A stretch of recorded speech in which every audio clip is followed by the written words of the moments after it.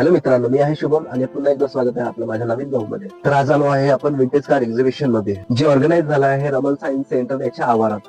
तर खूप वेळच्या प्रतीक्षेनंतर माझ्या मित्राची एंट्री झाली आणि आम्ही धंदे आलो. हा तोच मित्र होता जो की म्हणत होता 5 मिनिट में आता हूं, 5 मिनिट में आता हूं. फायनली तो 30 मिनिटात आला. त्यानंतर आम्ही निघालो एक्झिबिशन बघण्यासाठी. सुरुवात विंटेज बाईकने केली, जी की BMW ची होती. पहिल्यांदा मी अशी बाईक बघितली जी BMW ने मॅन्युफॅक्चर केली होती. ही आहे राजदूत बाईक, जी की 70s आणि 80sच्या दशकामध्ये खूप फेमस होती. नंतर फायनली आम्हाला जय वीरूची बाईक बघायला मिळाली. बाईक बद्दल बोलत होत आणि यामाहाचा उल्लेखच नाही हे शक्यच नाही. 90sच्या दशकामध्ये यामाहाने सुद्धा आपली पॉप्युलॅरिटी सिद्ध केली होती. तर ह्या आहेत विंटेज कार, ज्या की 70च्या 80च्या दशकामध्ये खूप गाजलेल्या होत्या. 20व्या शतकामध्ये गाड्यांची पॉप्युलॅरिटी इतकी वाढली होती की प्रत्येक धनाढ्य व्यक्तीकडे असल्या प्रकारच्या गाड्या असायच्या. या एक्झिबिशन मध्ये आपल्याला प्रत्येक प्रकारची गाडी आणि प्रत्येक कंपनीची गाडी आपल्याला दिसायला मिळत आहे.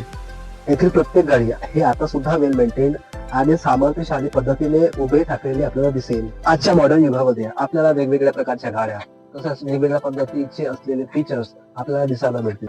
पण आजच्या ह्या मॉडर्न कार्स विंटेज कार्सची उणीवा भरून काढतील का, हा प्रश्नचिन्हाचा भाग आहे.